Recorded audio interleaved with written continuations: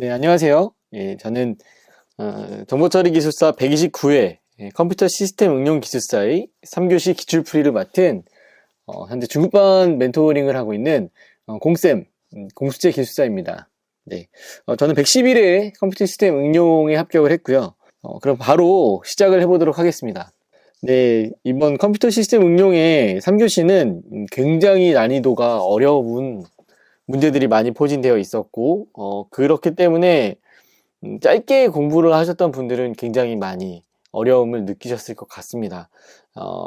일단 도메인 그 자체로는 이게 응용 시험이구나 라는 부분들에 대해서 CAOS와 네트워크 이 두 개 도메인이 5문제 출제가 되었어요. CAOS는 3문제, 그리고 네트워크 2문제, 그렇게 해서 총 5문제, 그리고 보안에서 1문제, 그래서 총 6문제가 출제가 되었습니다. 그래서 CAOS라는 네트워크를 조금 이렇게 디테일하게 하지 않았던 분들은 굉장히 좀 많이 힘드셨을 것 같고, 요새 보통 응용시험과 같은 경우에는 그 관리시험을 보시는 분들께서 이렇게 관리시험을 보시고 이제 그동안 이제 공부를 좀 많이 해왔다 보니까 그런 자격증을 하나 더 가져야겠다라고 생각을 하신 분들이 이렇게 응시하시는 경우가 많았거든요. 네. 근데 다른 교시는 몰라도 이 응용 3교시는 명확하게 이게 바로 컴퓨터 시스템 응용 기술사의 문제입니다 라고 보여주시는 문제들이 굉장히 많이 출제가 되었습니다. 3교시로는 당락에 대한 판단은 안 하시는 게 좋을 것 같아요. 네. 물론 이렇게 예상보다 어렵게 나온 만큼 굉장히 좀 이렇게 기대를 걸기 어렵겠다라고 생각하시는 분들도 많이 계실 텐데요. 실제 시험 결과는 시험관과 본인께서 생각하는 그 가치가 달라요. 그 점수도 다르게 나올 수 있거든요. 그래서 판단하지 마시고 이제 끝까지 이제 좋은 마음으로 같이 기다려 주시면 좋을 것 같고요. 그리고 말씀드렸던 것처럼 문제 자체가 굉장히 아예 없었던 문제는 아니고, 근데 다만 어떤 디테일, 뎁스에 대한 부분이라고 할까요? 이제 그런 부분들이 이전에는 이제 기본 개념만 알아도 충분히 답이 가능했었을 것 같은데, 지금 이번과 같은 경우에는 한층 뎁스가 더 내려간 문제들이 많이 나왔습니다. 네.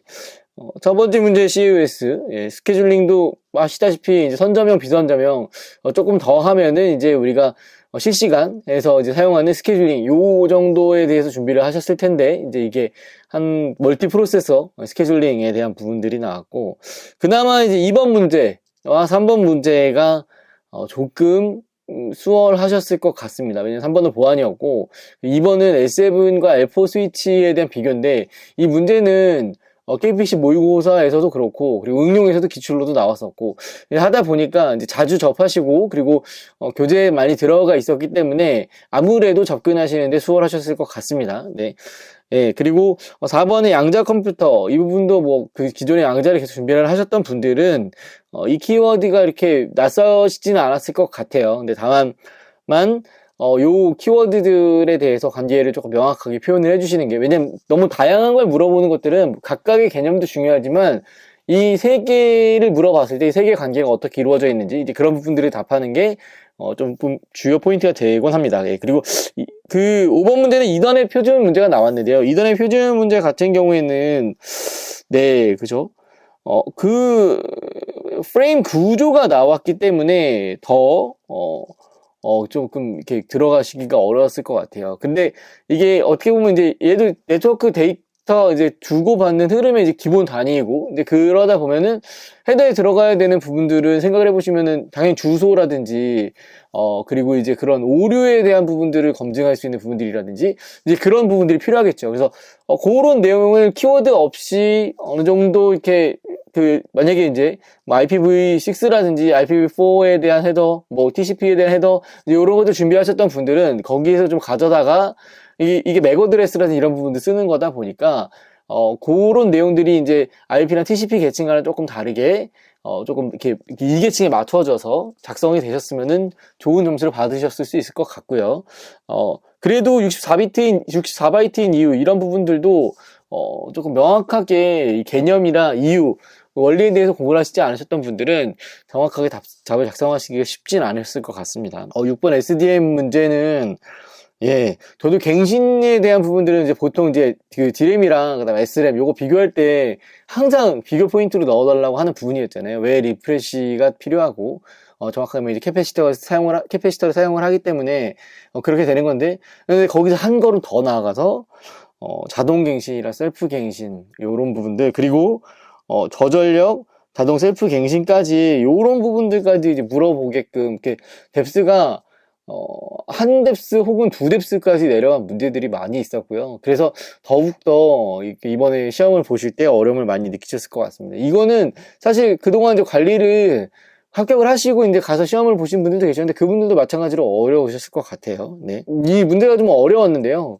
제가 조금 이렇게 설명을 드리자면은 이런 문제들일수록, 이런 어려운 문제들일수록 좀 쉽게 쓰는 부분들에 대해서 연습을 하시고 훈련하시면 좋을 것 같아요. 어차피 이 어려운 문제를 어렵게 쓰시면은 채점에서 모릅니다. 채점에서도 알 수가 없기 때문에 얘를 조금 더 개념에 대한 추상화를 시키고 이거에 대한 이유에 대한 부분들로 접근을 하면서 그 키워드가 필요한 부분도 살짝 드러내고 그래서 최대한 쉽게 풀어내는 답안들이 작성이 되는 게 이번 3교시에서는 좀 주요 포인트 요소가 아니었을까 싶습니다. 네. 그래서 전반적으로 저도 이게 굉장히 어려운, 저도 다시 공부한 부분도 있었어요. 왜냐면은 저도 이렇게 공부를 할 때 물론 이제 어느 정도 뎁스를 내려가게끔 준비를 하긴 했지만은 그래도 이런 문제를 만났으면 저 역시도 굉장히 당황을 했을 것 같습니다. 네. 요즘 또 이렇게 보시는 분들, 짧게 공부하시는 분들 더 그러셨겠죠. 네. 먼저 1번부터 한번 보겠습니다.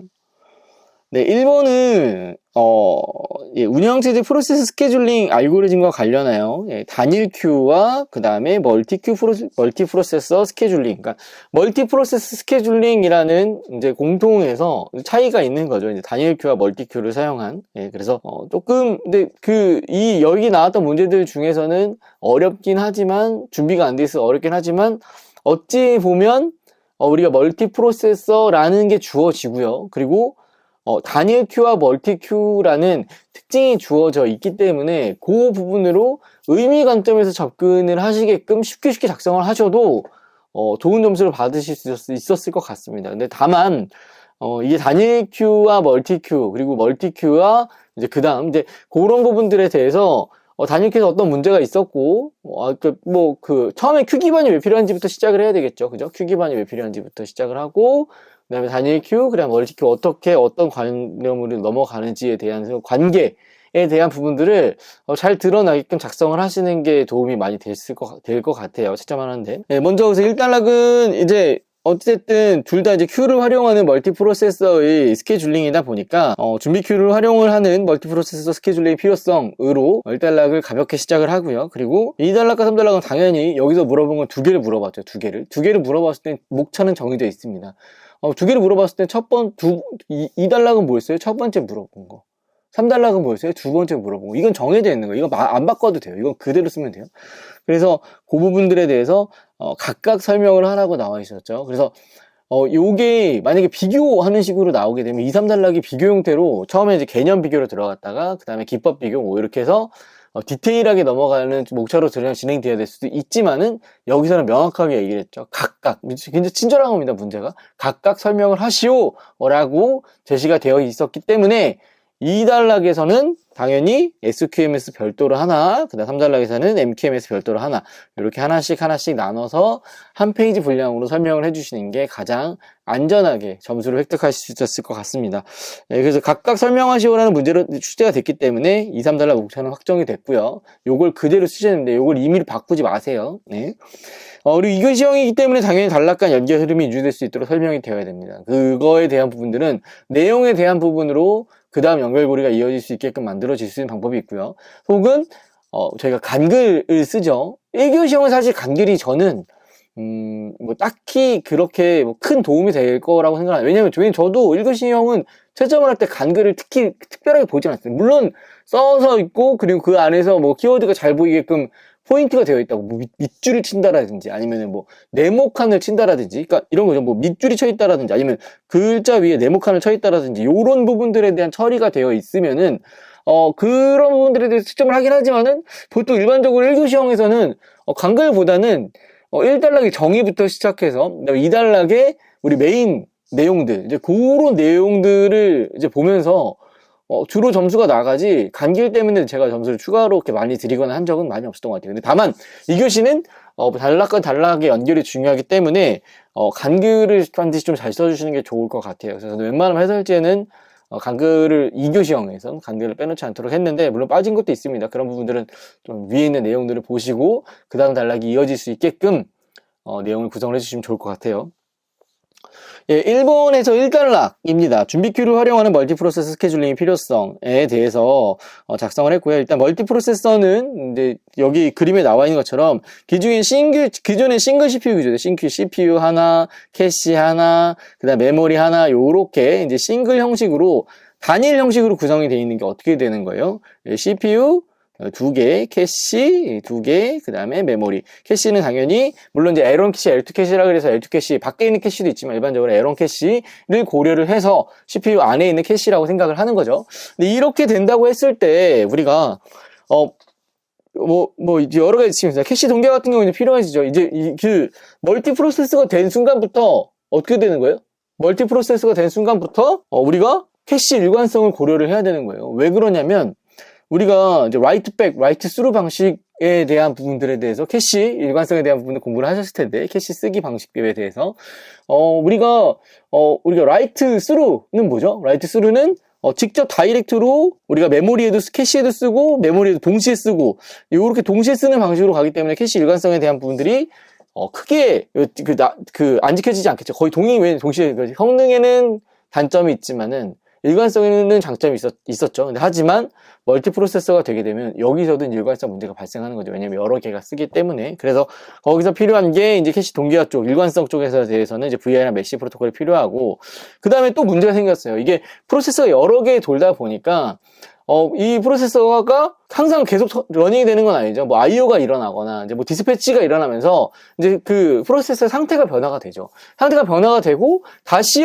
프로세서에 올라와서 러닝 상태가 되려고 할 때 어떻게 돼요? 러닝 상태가 되려고 할 때 원래 프로세서가 아니면은 다른 프로세서로 올라갔을 때 기존에 우리가 캐시에 저장했던 정보라든지 이런 부분들에 대해서 굉장히 좀 불필요하게 다시 올리고 이런 비용들이 발생을 할 수 있습니다. 그러니까 기존에 내가 썼던 프로세서 다시 올라가게 되면은 누릴 수 있었던 장점들이 아예 다른 프로세서, 우리가 다른 나라에 가는 것처럼 다른 프로세서로 옮겨졌을 때 이런 비용들, 다시 업로드하고 캐시로 업로드하고 이런 비용들이 발생을 할 수 있기 때문에 그런 부분들에 대해서 우리가 캐시 친화도라는 특성이 있고요. 고려사항이 있고요. 그 캐시 친화도에 대한 부분들에 대해서 우리가 큐 기반 스케줄링을 하는데 여기서 이제 SQMS랑 MQMS로 넘어가는 요 관계가 있습니다. 그래서 요거를 일단락에 보였던 거는, 그리고 포인트를 좀 다르게 줬죠. 왜냐하면 VIMC 이 부분도 캐시 멀티프로세서에서 이제 캐시 동기가 이제 중요한 개념이다 보니까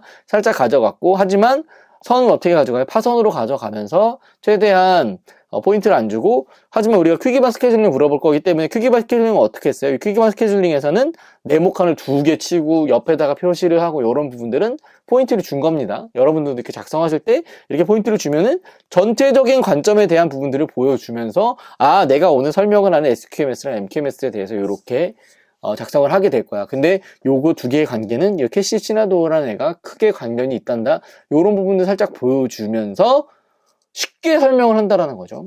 이렇게 되면은 시청자가 보고서 어차피 본인이 시점에 대한 내용은 정해져 있거든요. 그래서 그런 부분들 보고 좋은 점수를 드리실 수가 있게 되는 겁니다. 예, 그래서 이 단락에서 SQMS 말 그대로 이제 단일 큐, 하나의 큐를 사용한다는 부분들을 분명히 보여줘야 되고, 그래서 이 CPU가 이제 멀티프로세서니까 이제 4개가 있잖아요. 하나, 둘, 셋, 넷, 4개가 있고, 뭐 8개가 될 수 있고, 여러 개 코어 개수에 따라, 요즘 멀티코어 많이 있잖아요. 매니코어 말고 멀티코어. 매니코어 말고, 매니코어랑 멀티코어는 다른 개념이죠.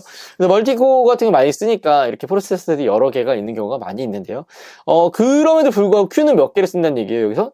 싱글 큐. 그죠? 이 문제에서 싱글 큐, 하나의 큐, 단일의 큐라고 이야기를 해줬죠. 그래서 단일의 큐를 써서 이 순서가 있는 거죠. 순서 큐는 우리가 뭐라고 그러죠? FIFO라고 하죠. FIFO. First in, first out. 어떻게 되는 거예요? 먼저 들어온 애가 먼저 나가면서 이제 스케줄링이 되는 거죠. 그래서 하나의 큐를 쓰는 스케줄링. 굉장히 단순하죠. 하나의 큐를 쓰기 때문에. 근데, 하지만 어때요? 단순한 만큼 그런 부분들에 대해서 우리가 요구를 하는 기능이라든지 이런 부분들이 굉장히 좀 단점이 발생할 수 있다는 얘기죠. 일례로 이렇게 구성을 하게 되면은 이 A라는 프로세서가 어떻게 공작을 하게 되죠? 지금 그 실제 CPU는 4개인데 A라는 프로세서가 처음에는 CPU 제로에서 돌다가 그 다음에는 5개니까 그 다음에 어떻게 돌아요? 1에서 그 다음에 2, 그 다음에 3 이렇게 계속 위치를 바꿔가면서 돌잖아요. 그러면 이렇게 되면 어떻게 되는 거야? 계속 캐시에다 계속 다시 올려야 되는 거죠. 그죠? 이렇게 다른 프로세서로 계속해서 옮겨가면서 우리가 이제 기존에 익숙했던 것들을 다 버리고 다른 쪽으로 가서 활용을 함으로써 발생할 수 있는 비용이 있다라는 거죠. 우리가 살면서도 그런 것들은 많이 있죠. 그죠? 네, 그래서 그렇기 때문에 그런 부분들에 대해서 말을 하는 특징이 자체가 이제 캐시 친화도라는 거고, 여기 캐시 친화도, 그죠? 캐시 친화도. 이 캐시 친화도에 대한 부분들, 해설진이 캐시 친화도에 대한 부분들의 포인트를 줬어요. 그래서 캐시 친화도에 대한 부분들에 대해서 우리가 적용을 하려면 어떻게 해야 되느냐.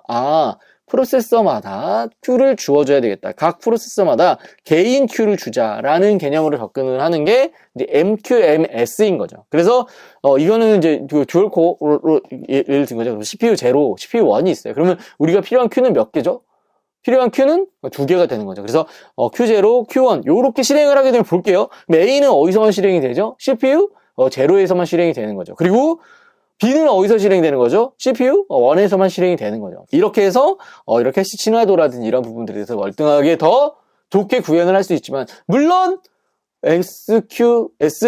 SQMS보다 더 복잡성은 높아지겠죠. 근데 그럼에도 불구하고 MQMS는 더 조금 복잡하지만 이제 그런 캐시 친화도도 올릴 수가 있고, 그리고 여기서도 이슈가 발생할 수 있어요. 만약에 A랑 C 이게 둘 중에 이제 또 항상 다 동일한 시간이 걸린다라는 조건은 없잖아요. 그러니까 예를 들면은 A랑 C가 먼저 끝나버릴 수 있다는 얘기죠. 그럼 이런 상태에서 Q1은 B, D를 갖고 열심히 일을 하는데 B와 D를 갖고, 근데 A, Q0가 먼저 끝나버렸어. 그러면 어떻게 해야 돼요?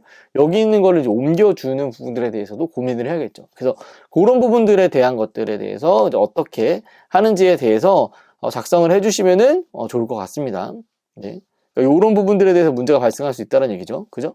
그래서 그런 부분들에 대해서 마이그레이션을 통해서 월크로드를 불균형을 해결을 해야 된다. 뭐냐면 여기가 이제 없으니까 어떻게 해요? 여기 있는 것들을 이제 뭐 하나씩 이제 이동을 해서 그 부분들이 이제 공정하게 이제 다른 CPU도 같이 일하면서 처리가 있습니다. 아예 노는 것보다 일을 하는 게 나으니까. 그죠? 그래서 그런 부분들에 대해서 4단락을 들어가 주시면은 확장된 내용으로 좀 좋은 점수를 많이 받으실 수 있을 것 같습니다. 네, 1번 문제는 그랬고요. 2번 문제는 네트워크 스위치와 관련해요. 다음 설명하시오. 이 문제가 이번에 출제된 3교시 중에서는 가장 어떻게 보면 난이도가 그래도 그나마 좀 많이 낮은 편에 속했고, 그래도 어렵죠. 공부를 안 하신 분들한테는. 근데 그럼에도 불구하고 기존의 기출과 유사한 문제들이 있었고, 그리고 OSI 7레이어 같은 경우에는 우리가 보통 공부를 학습을 많이 해 두시기 때문에 많은 분들께서 접근하셨을 거라고 예상이 됩니다. 근데 다만 좀 여기서도 비교, 유형 이런 부분을 물어본 만큼 조금 부족하지 않게 제시를 하시는 게 좋은 점수를 많이 받으실 수 있었을 것 같고요. 여기서는 문제가 스위치 개요, 그 다음에 OSI 참조 모델 레이어, 그 다음에 L4 스위치, L4 스위치 비교해서 3개나 물어봤어요. 이제 3개 이상은 물어본 것 같은 경우에는 반드시 저는 그렇게 하거든요. 물어본 항목이랑 목차를 그대로 작성을 해달라고 부탁을 많이 드립니다. 그러니까 목차를 만드시는 분들이 계세요. 자체적으로 이런 부분들을 해석을 하시고 여기서 목차 작성을 하실 때 다른 목차를 작성을 하시는 분들이 많이 계세요. 근데 그런 부분들은 지양을 하시는 게 중요할 것 같다라고 말씀을 드리고 싶고요. 각 장비에 대한 부분 특징적인 차이를 잘 설명을 하셨으면은 좋은 점수를 받으실 수 있었을 것 같습니다. 예.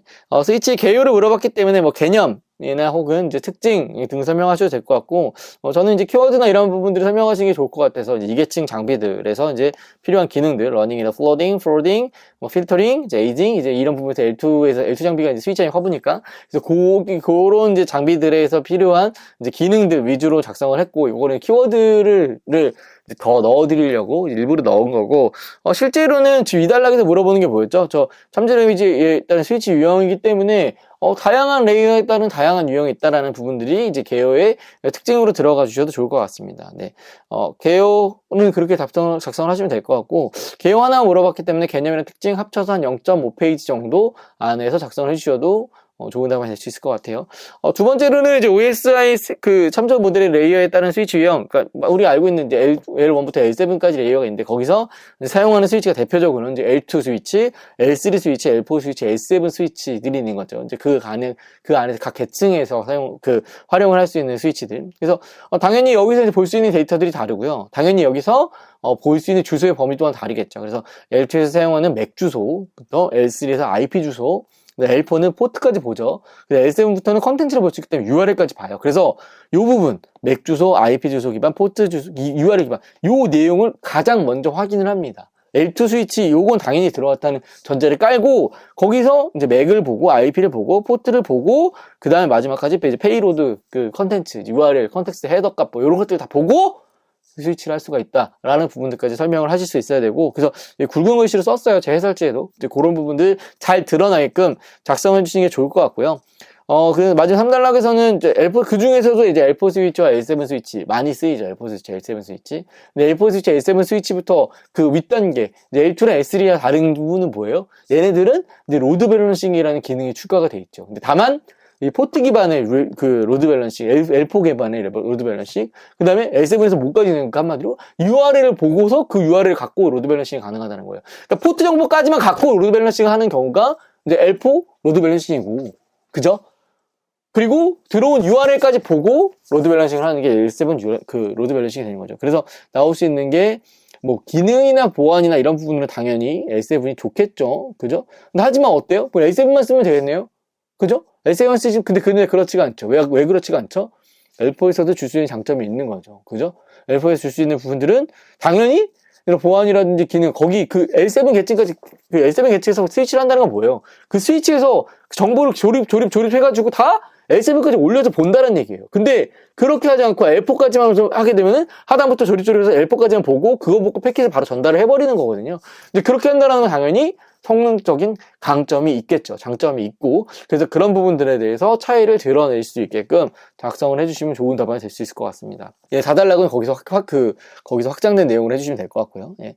그 다음에 3번이 이제 보안 문제, 유일하게 CAOS랑 이제 네트워크가 아닌 보안에서 문제가 출제가 되었어요. 그래서 HIS, 그 다음에 ISAC, 요렇게 해서 의료 쪽에 이제, 키워드 토픽이 나왔는데, 이 문제도 뭐 막상 쓰려고 하면 그렇게 쉽지는 않으셨을 것 같습니다. 근데 다만, HIS와 같은 경우, 우리가, 예전에 공부를 하셨던 분들은 이제 그런 병원에서 이제 그 의료 쪽에서 사용하는 이제 IT 쪽 키워드, 이런 부분 준비가 많이 돼 있으셨을 것 같아서 내용이 조금 더 풍성하게 전달이 됐을 것 같고, 아이사 거 같은 경우에는 여기서는 정보공유센터, 이 말에서 드러나는 게 뭐죠? 기존에 이제 HIS라는, 이렇게, 물론 이제 인테그레이티드 된 통합되어 있는 이제 각각의 병원만 통합되어 있는 것들에 대해서 보안에 대한 부분들이 이제 위협이라든지 침해, 사고 이런 부분들이 많이 발생을 하다 보니까 그런 부분들에 대해서 저런 정보를 공유하고 문제를 같이 해결해 나가는, 대응해 나가는 침해에 대해서 대응해 나가는 센터가 있다라는 부분들 보여달라는 이제 문제였고, 얘는 이제 개요 및 구성, 이제 문제가 3개인데 그 안에 물어보는 게 다 2개씩 있었어요. 그래서 개요랑 구성, 개요랑 역할, 그 다음에 사이버 침해 공격 대응 방안. 그래서 조금 이렇게, 물론 이제 저는 이제 그 0.5페이지, 1달러 0.5페이지, 2달러 뭐 1페이지, 1페이지, 뭐 3달러 이렇게 가는 경우가 있는데, 이것 같은 경우에는 물론 세 번째 물어본 문항 내용이 너무 좀 중요하기 때문에 그냥 1페이지, 1페이지, 1페이지짜리 3페이지 전략도 괜찮을 것 같고, 조금 표현하시는 게 가능하시면은 1달락을 가져가시고 HIS의 개요 및 구성을 2달락으로 시작을 하시는 거죠. 2달락으로 시작을 하시고 3달락의 아이사, 그 다음에 그 4달락의 뭐 사이버 침해 공격 대응 방안, 이렇게 3.5페이지짜리로 한 페이지 0.5페이지는 앞에 이제 부각 배경이라는 개요, 이런 부분들을 제시를 하시는 거죠. 왜냐면 좀 최근에 그 의료 쪽에서 랜섬웨어라든지 사이버 공격, 침해 공격, 그런 공격들이 많이 나왔었거든요. 그래서 굉장히 위험하죠. 왜냐면 의료 정보는 민감 정보들이 굉장히 많이 들어있고, 개인 정보들 중에서도 굉장히 중요한 정보들, 그런 부분들이 있다 보니까, 조금 중요성이 많이 드러나서 작성이 필요했던 것 같습니다. 그래서 1달락, 의료 전산 서비스 통합 관리 HIS 개요 및 구성에서 우리가 HIS라고 하면은, 요렇게 이제 뭐, 병원 쪽 키워드들이 있었어요. 많이 제 서브노트만 아니라 다른 분들도 많이 있으셨을 것 같습니다. OCS, EMR, 뭐 PACS, PHR, 그 다음에 뭐 CTMS, DL7, 뭐 DCOM, 그다음에 뭐 그런 키워드들이 있었죠. 그래서 그런 고전 토픽 키워드 같은 경우 의료 관련 키워드가 좀 득점에 좀 유리했을 것 같고, 왜냐면은 준비가 안 돼 있으면은 대충 쓸 수밖에 없었거든요. 거의 뭐 센서 하다 끝나는 거죠. 그죠? 근데 조금 차별을 하려면 어느 정도 키워드는 정리를 해두시고 암기를 하시는 게 필요할 것 같고, 그리고 여기서 또 중요한 부분은 그 다음에 바로 아이삭을 이어서 설명을 해야 되기 때문에 이제 HIS 외에 다른 병원들이랑 이제 같이 공동해서 사회보장원에서 운영을 하고 있는 연계되어 있는 아이삭까지 표시를 해주시고 넘어가시면 자연스럽게 아이삭에 대한 설명이 이어지는구나 라는 부분들이 우리가 2단락 전체적인 레포가 돼서 3단락으로 넘어갈 수가 있겠죠. 그래서 굉장히 좀 자연스럽게 넘어갈 수 있을 것 같고요. 2단락 의료 공동 대응 체계는 이게 문서가 있습니다. 그래서 저도 이제 그 PDF랑 한글로 만들어진 문서가 있었고요. 거기에 왜 이게 이 개요라든지 여기서 이제 법령이라든지 그런 부분들이 정확하게 제시가 돼 있거든요. 해설지를 참조를 해보시고 좀 자세하게 되어 있던 내용들을 서브노트에 정리를 하시면 좋을 것 같고, 이제 거기서 이제 보안 관제라든지 정보 공유, 교육 및 훈련, 보안 관제 맞춤형 보고서 있습니다. 이제 이런 부분들에 대해서 이제 역할들 수행하는 것들이 있습니다. 물론 여기에 치매 대응이 있는데 치매 대응을 살짝 내렸죠. 어디 내려요? 밑에다 내렸죠. 밑에다 내리고 그 간글로 내리고 그 간글로써 그 다음 어차피 치매 대응에 대해서 설명을 할 거니까 그 치매 대응에 대한 부분들에 대해서 요 부분이거든요. 원래 그 아이삭에 포함되어 있는 치매 대응 요 부분입니다. 근데 의료정보보호센터라는 데가 있고요. 그래서 여기서 요 부분에 대해서 요 내용이 그대로 같이 내용을 공유하고 있어요. 그래서 같은 내용을 설명을 하는 거기 때문에 위에서 짧게 추상적으로 설명해 주셔도 될 것 같고, 이제 치매 대응에 대한 부분을 포함해서 작성해 주시면 좋을 것 같습니다. 근데 좀 여기서 사이버 치매 공격에 대한 전반적인 대응 방안을 물어봤기 때문에 이게 대응 방안이라고 물어보면 항상 좀 MC하게 접근하시는 게 점수에 도움이 되거든요. 그러니까 이런 사고 대응에 대한 부분들은 우리가 보통 리액티브한 방식이라고 합니다. 리액티브한 방식. 그러니까 일어나고 문제가 일어난 다음에 우리가 어떤 부분들을 대응하는 부분들, 그런 게 있는데 그게 아니라 이제 프로액티브로도 할 수가 있는 거죠. 프로액티브는 뭐죠? 우리가 예방하면서 미리미리 준비를 하고 관제를 하고 교육을 하고 취약점에 대해 점검을 하고, 그러니까 요런 MEC의 관점을 나누셔서 거기서 필요한 내용에 대한 부분들을 이제 리액티브한 부분, 그 사고에 대한 대응이겠죠. 그리고 프로액티브한 부분, 뭐 교육이라든지 미래 관제를 띄운다라든지 혹은 뭐 취약점에 점검을 한다라든지 이런 부분들에 대해서 다양한 관점으로 대응 방안을 보여주시는 게 점수 높은 고득점에 도움이 되실 것 같아요. 네. 3교시 4번 양자 컴퓨터 문제가 나왔어요. 얘도 물론 이제 양자 비트에 대한 부분들은 당연히 많이 준비를 하셨을 것 같습니다. 왜냐면 양자 컴퓨터의 굉장히 기본적인 개념이잖아요. 그래서 그 부분 때문에 많이 좀 들어가려고 하셨겠지만, 뭐 양자 우월성이라든지 우월성도 뭐 양자 컴퓨터가 아닌 슈퍼컴퓨터를 이기는 그런 뭐 특성, 요런 부분들을 접근하시면은 유사하게 접근이 될 것 같아서 괜찮을 것 같은데, 요 양자 결이름, 요 부분 때문에 살짝 조금 어려우셨을 수도 있을 것 같아요. 그래서 그 부분들에 대해서 어떤 관계가 있고, 그다음 양자 컴퓨터 구현 방법은 기존에도 많은 자료에서도 출제가 됐었고, 그리고 우리가 모의고사에서도 많이 써보셨죠. 그죠? 그래서 뭐 디지털 방식, 아날로그 방식으로 나눌 수도 있고 여러 가지 방식으로 나눌 수가 있는데 그 부분에서 구현 방법 분류해 주시면 될 것 같고, 이제 마지막으로 이제 국내 동향이 있어서 국내 동향 찾아서 좀 넣었습니다. 그래서 그 부분 가져가시면 좋을 것 같아요. 네, 1단락은 이제 사실 양자 컴퓨터가 그 양자 우월성이라는 의미 자체가 이제 슈퍼컴퓨터를 넘어섰다는 뜻이니까 거기서 제가 1단락으로 차용한 리드문은 뭐 이건 어디서 제가 본 건 아니었고 그냥 Beyond the 슈퍼컴퓨터를 넘어서 양자 컴퓨터의 부각 배경으로 1단락을 시작을 했어요. 1단락을 시작을 했고, 일단 사실 큐비트라는 그 양자의 굉장히 기본적인 양자 비트에 대한 그 특성부터 시작을 하는 거죠. 그 가장 큰 특성 중 하나가 뭐죠? 한 번에 하나의 정보만 갖고 있는 게 아니라 얘는 한 번에 만약에 2개의 큐비트면은 4개, 2개 큐비트니까 즉 지수승만큼의 정보를 들고 있을 수가 있는 거죠. 근데 그런 상태에서 컴퓨팅 처리를 하다 보니까 당연히 한 번에 얘는 하나밖에 처리를 못하는데 얘는 4개를 갖고 한꺼번에 처리를 하다 보니까 더 빠르게 처리를 할 수 있게 됐다. 요게 사실 기본 원리부터, 이 원리부터 시작을 하는 거잖아요. 그죠? 네, 그렇기 때문에 그 큐비트에 대한 부분들에 대해서 특성, 그리고 결 이름에 대한 부분들은 문제죠. 그죠?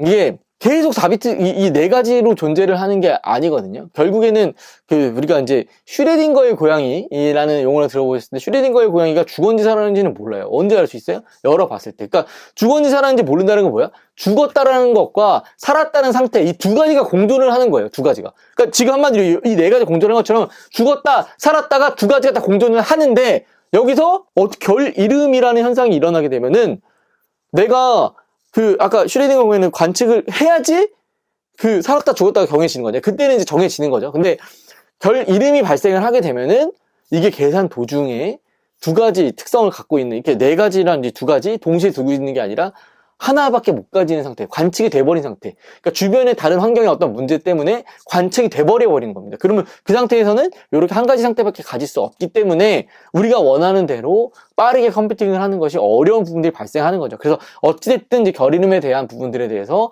뭐 오류에 대한 정정이라든지 제어라든지 이런 부분들을 통해서 해결을 하는 게 필요한 거고, 이 두 가지가 준비가 되었을 때 양자 2.0이라고도 이야기를 하긴 합니다. 그래서 그런 부분들에 대해서 양자 우활성을 달성을 할 수 있다. 근데 최근에 사례로는 슈퍼컴퓨터는 만년의 소요가 되는 게 구글에서 양자 컴퓨터를 200초 안에 풀었죠. 그죠?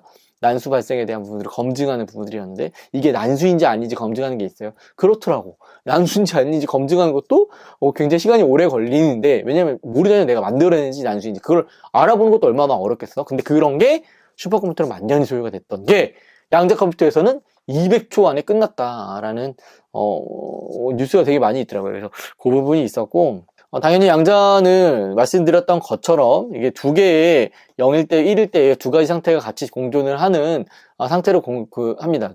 뭐 그렇다고 해서 지금 확률이 뭐 2분의 1, 2분의 1 이렇게 있으면 사실 그건 의미가 없잖아요. 반반씩 되고 있으면. 우리가 어떤 계산의 원리에 따라서 이 확률에 대한 부분들을 변화를 시키면서 우리가 원하는 값을 찾아낼 수 있게끔. 그러니까 뭐 1일 확률이 뭐 4분의 1, 0일 확률이 4분의 3 이런 형태로 같이 존재를 하게끔 해서 계속 계산을 해 나가는 거죠. 뭐 구체적인 거를 알려면은 양자 역학을 학습을 하세요. 대학원에 가셔도 괜찮을 것 같고, 뭐 저희가 뭐 그런 부분들까지 도출하는 부분까지 답안을 작성을 하기에는 시간이 너무 없고, 그리고 채점자도 모르실 수 있습니다. 그죠?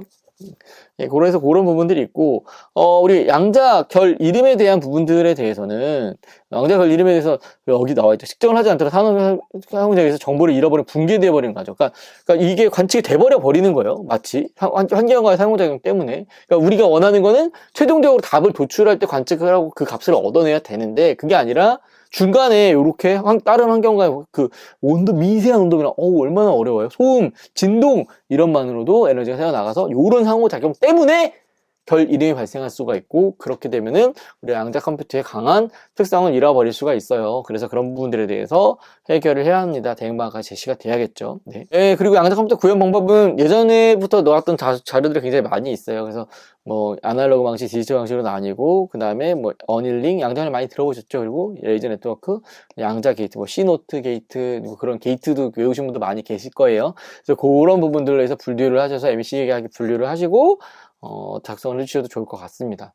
물론 장단점이 있죠, 그죠? 아무래도 이제 디지털 방식이 좀 범용인 측면들이 있는 거죠, 그죠? 그리고 이거 좀 특수한 용도들로 사용을 한 아날로그 방식이 있고, 이더넷 표준에 대하여 다음에 설명하시오라는 문제가 나왔습니다. 이 문제도 사실 이더넷 그 자체로는 그리고 802.3 802.11, 802.11은 무선랜, 802.3은 유선랜, 이더넷 요렇게 암기를 하시는 분들이 많이 계셨을 거예요. 그래서 많이 들어가 있을 것 같은데 그 프레임 구조라는 부분에 대해서 자신감을 좀 잃어버리셨을 것 같고, 전송 프로그램의 최소 크기가 64바이트인 이유라는 부분들에 대해서 조금 문제에 대한 갈피 잡기가 어려웠을 것 같아요. 근데 중요한 거는 저는 보통 이제 마지막에 물어보는 게 좀 많이 중요하다고 생각하는데, 이유가 제대로 작성 안 돼 있으면은 조금 좋은 점수를 받기는 어려우셨을 것 같습니다. 왜냐면 다 답이 있는 거잖아요. 사실 정의 및 특징, 그 다음에 프레임 구조, 이제 답이 있는 거죠. 그래서 답이 있는 문제였고, 마지막에 정확하게 이유라는 스페시픽한 왜 그랬을까라는 부분에서 물어보는 문제였기 때문에 작성을 하시면 좋을 것 같고, 그리고 이유를 아시는 분들도 이거는 그 이유가 잘 드러날 수 있게끔 작성을 해주시는 게 필요했을 것 같아요. 근데 뭐냐면 요게 이렇게 다 알고서도 이렇게 서술형으로 작성을 하시면서 이유가 잘 안 보이게끔 작성을 하시는 분들이 많이 계세요. 그래서 저는 이번에 보여드렸거든요. 어떻게 작성하는지. 그러니까 표도 웬만하면 헤더는 이유하고 좀 더 크게 쓰시고 진하게 쓰시고 밑줄도 치시고 포인트도 주시고 하시면서 잘 보이게끔 작성을 하시면 좋은 답안이 될 수 있을 것 같습니다. 네, 그래서 뭐 이더넷 정의 및 특징은 제가 단점으로 나누어서 당연히 속도, 보안, 신뢰성, 효율성에 대한 장점이 있을 거고, 단점은 뭐 우리 무선랜 생각하면 되죠. 무선랜에서 되는 건데 유선랜에서 안 되는 게 있어. 이동성, 확장성, 설치, 연결 이런 부분들이 무선랜에서 되는데 유선에서 안 되는 거잖아요. 그래서 그럼 장점, 단점 이렇게 나눠서 MEC하게 그래핑을 하셔서 보여주시면 조금 더 다양한 관점으로 그 특징이 나오는 걸 보일 수가 있을 거고, 예, 프레임 구조는 좀 어렵죠. 이제 시작부터 시작해서 이제 어드레스에 대한 부분, 이제 뭐 여러 개 이제 마지막에 이제 뭐 그 오류 제어에 대한 부분들이라든지 그런 부분들에 대해서 구성 요소가 있고요. 뭐 이번에 나왔으니까 다음에 안 나올까 그렇게 생각하지 마시고, 이번에 나왔으니까 우리가 기존에는 이제 RP 쪽 V6 헤더 외우시는 분들도 많이 계실 것 같고, 그 다음에 V4까지 외우시는 분들도 계시죠. 그죠? 그리고 70P 헤더들도 많이 외우시고, 조금 어렵겠지만 이제 80.3 요쪽에 대한 부분들도 프레임을 같이 좀 외워주셔도 좋을 것 같습니다. 네. 그리고 원래는 이더넷이었는데 이더넷이 그대로 이제 반영돼서 80.3 표준이 되면서, 다 그대로 갖고 오죠. 거의 다 그대로 갖고 오게 되고, 왜 64바이트인 이유에 대한 부분들은 사실 중요한 부분은 요거거든요. CSM의 CD를 사용하는 부분이랑 10베이스5에 대한 부분들에 대해서 요 조건들 때문에 이 두 가지 조건들 때문에 요 지연 시간이나 이런 부분들이 51.2 마이크로세컨드, 그러니까 요거에 대한 부분들이 최소 51.2 마이크로세컨드만큼 전송할 수 있을 만큼 필요한 거예요. 그러니까 우리가 이 10베이스5, 이 10 메가bps 환경에서 10 베이스 5 환경이기 때문에 대역폭이 10 메가bps예요. 10 메가bps에서 실제 이거 주고 받는 동안에 얘는 CSM의 CD 방식을 쓰거든요. CSM의 CD 방식. 그러니까 충돌에 대한 부분들이 일어난 부분들을 인지를 해야 다시 이제 보내거나 요런 부분들이 일어나는데, 실제로 하나의 패킷을 보내는 시간, 보냈다가 요거를 인지하는 시간이 하나의 패킷의 사이즈가 되어야 돼요. 그러니까 무슨 말이냐면 쭉 보내는 동안에 이 패킷 사이즈가 작아. 최소 크기가 64바이트가 아니라 더 작아. 훨씬 작은 사이즈야. 훨씬 작은 사이즈면은 이게 왔다 갔다 하는 시간 동안에 내가 여러 개의 패킷을 보내고 있었던 거야. 근데 그만큼 충돌에 대한 부분을 늦게 알게 되잖아요. 그죠? 그럼 어떻게 되는 거야? 내가 뭐에서 오류가 났는지 몰라. 뭐냐면 하나, 둘, 셋까지 보냈는데 두 번째에서 났는지 세 번째에서 났는지 모르는 거야. 그럼 어떻게 되는 얘기야? 첫 번째 보내는 것 자체가, 길이 자체가 한번 쭉 가다가 올 수 있는 사이즈에 대한 부분들에 대해서 어느 정도 길이를 갖고 크기를 갖고 보내시게 되면은 그 부분들에 대해서 왔다 갔다 하는 시간에 대한 부분들의 길이만큼 그 파일의 크기, 첫 번째 보내는 프레임의 사이즈가 잡히면 되겠다. 그래서 64바이트인 거고요. 지금 우리는 사실 그 시간에 대한 측정에 대한 부분은 다 해설지에 있습니다. 해설지를 보시면 이해가 되실 거예요. 왕복에 대한 부분 고려했고요. 그 다음에 장비 간에 여기서 발생하는 시간 고려했습니다. 그래서 그거에 대한 부분들을 다 더해서 나온 시간이 51.2 마이크로세컨드예요. 51.2 마이크로세컨드인데 그거를 그대로 10메가bps를 반영을 해보면 어떻게 되는 거예요? 512비트에 대한 부분들이 필요한 거예요. 그러니까 512비트 이상은 되어야 첫 번째를 보냈을 때 발생하는 충격, 오류, 충돌에 대한 부분들 메시지를 받고, 첫 번째 패킷을 다시 보내야 되겠구나 라고 생각을 하면서 오류 제어를 하면서 보낼 수 있다는 얘기는 거죠.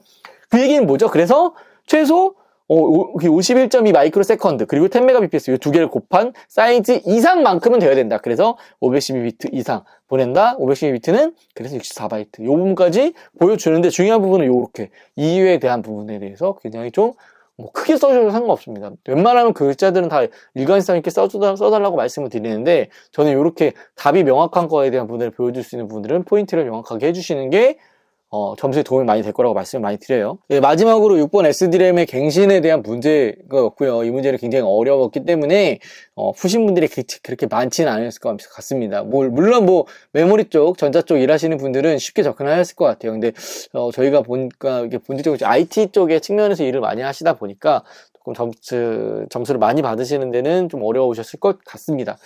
예.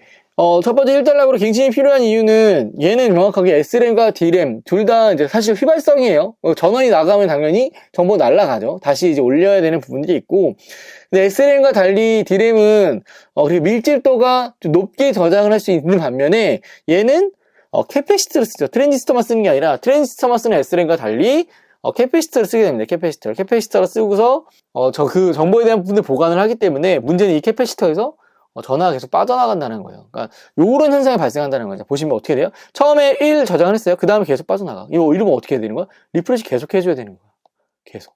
계속. 얼마만큼? 주기적으로. 보시면 주기적으로 하죠. 주기적으로. 또 동일한 시간에.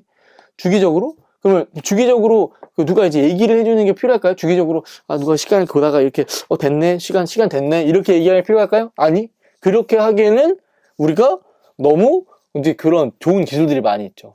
그래서 주기적으로 리프레시가 필요해 라고 하면서 주기적인 리프레시가 오토 리프레시, 자동으로 갱신하자라는 게 됩니다.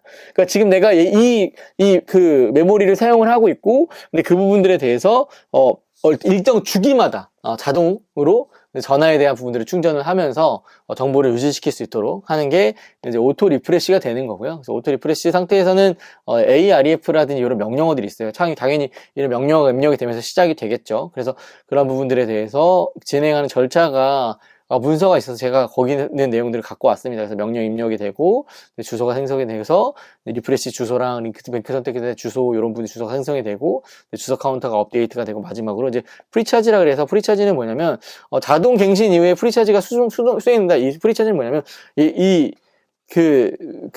먼저 차징을 해놓는 거죠. 먼저 이제 충전을 쭉 전체를 이제 다 쭉 해놓음으로써 우리가 마치 자동갱신 이후에 프리차지가 수행이 되니까 별도로 프리차지 명령 필요 없다라는 부분들까지 프리차지를 이제 수행하는 게 마지막 단계로 수행이 되니까 그래서 그 부분까지 설명이 되면은 좋을 거고 굉장히 어렵습니다. 그래서 얘는 사실 주기적으로 리프레시가 된다라는 부분들에 대해서 명시를 하시고 그리고 그 부분들에 대해서 명령어라든지 프리차지 이런 키워드들 같이 넣어주시면은 어느 정도 당연히 고득점까지 받을 수 있을 것 같은데 이런 부분 준비하시기가 어려우실 것 같습니다.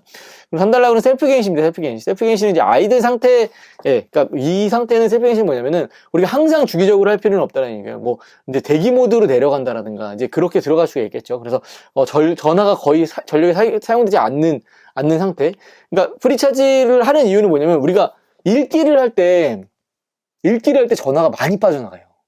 기름에 대해서 읽기를 할 때. 그러면 한마디로 여기서 이만큼 빠져나가야 되는데 여기 이만큼 빠져나가는데 어떻게 빠져나가냐면 훅 빠져나가는 거야. 밑으로 더 훅. 그럼 빠져나가면 어떻게 되는 거야? 이 부분에서 읽기 전에 프리차지를 항상 해줘야 된다는 거야. 왜냐하면은 전화가 빠져나가니까 얘가 0이 돼버리면 안 돼. 정보가 1에서 0으로 그냥 바뀌어버리는 거잖아요. 그래서 그 문제가 발생할 수 있기 때문에 그분의 프리차지에 대한 부분들이 있는 건데 이 부분에서는 이제 거의 이제 액세스가 안 되거나 이제 대기 상태 이제 그런 부분들에 대해서 굉장히 이제 자기 스스로 그 필요에 따라서 셀프 갱신. 그러니까 그 전에는 이제 사용을 하고 있기 때문에 주기적으로 자동 갱신을 쭉쭉쭉쭉쭉쭉 해줘야 되는 반면에 이런 사용량들이 현저히 낮아지거나 그런 상태가 되기 때문에 그런 부분들을 자기 스스로 셀프 갱신을 한다는 거죠. 이건 주기에 해당한다기보다는 어떤 상태라든지 이런 부분들을 보고 이제 결정을 하는 거죠. 근데 거기서도 명령어가 있어요. 명령어 이건 제 해외에 논문을 보고 갖고 온 거예요. 오토 리프레시랑 이제 셀프 리프레시 사용하는 명령어들. 그래서 SREF랑 SREF가 끝나는 SREFX 이런 부분들에 대해서 나왔고 거기에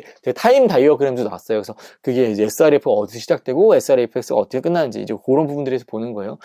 그리고 제가 처음에 말씀 안 드렸는데 이 D램에 대한 성능에 대한 부분들은 어디에 직결되냐면 여기에 많이 직결이 됩니다. 여기 어떤 거 리프레시 직결이 많이 돼요. 그러니까 리프레시가 자주 일어날수록 성능이 낮은 거예요. 그러니까 최대한 리프레시에 대한 주기를 늦출 수 있으면은 그게 SDRAM의 성능을 높이는 거다라는 거죠. 네. 그래서 그 부분에 대해서 마지막에 이제 요 부분이 연결이 됩니다. 저전력 자동 셀프 갱신이. 그러니까 얘는 뭐냐면 이게 온도가 높을 때랑 온도가 낮을 때 리프레시가 필요한 부분들이 다르다라는 거예요. 그러니까 뭐냐면 온도가 높을 때는 운동 에너지들이 되게 높아서 운동이 많이 일어나잖아요. 그러다 보니까 전화가 또 많이 빠져나가고 많이 빠져나가면 어떻게 돼? 그 리프레시 빈도를 늘려야 되는 거죠.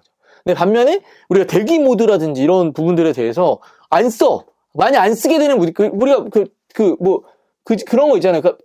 닫아놓거나 노트북을 닫아놓거나 그래서 이 대기 모드나 이런 부분들에서 안 쓸 때 이제 그럴 때는 이제 온도가 낮아지게 되잖아요. 온도가 낮아질 때는 어떻게 돼요?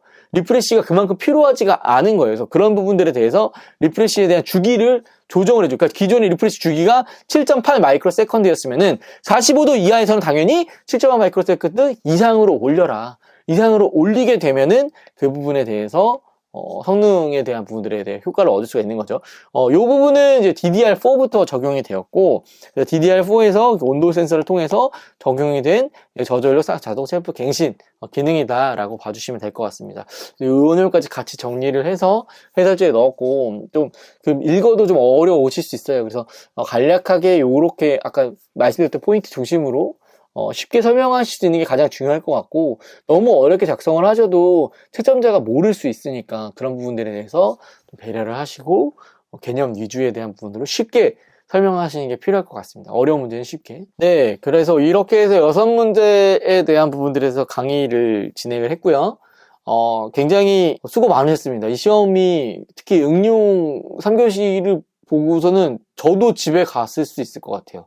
마음이 많이 상해서. 왜냐면 내가 막 그동안 준비를 해왔던 것들이 있는데, 근데 그럼에도 불구하고 4교시까지 많은 분들이 버티시고 보셨을 것 같고, 그리고 지금은 이제 결과를 기다리시고, 네, 다음 기술을 준비하시는 분들도 계실 거고, 혹시 그렇게 대비하는 마음으로 면접이나 이런 부분들을 참 많은 노력을 하고 계신 거 잘 알고 있고요. 좋은 결과를 얻으실 겁니다. 네. 저도 지금 이렇게 같이 이렇게 그 KPC라는 곳에서 멘토링 하면서 참 많은 분들과 이제 함께 하고 있는데요. 이렇게 노력을 하시는 부분들이 정말 의미를 바라는 순간들이 오더라고요. 예.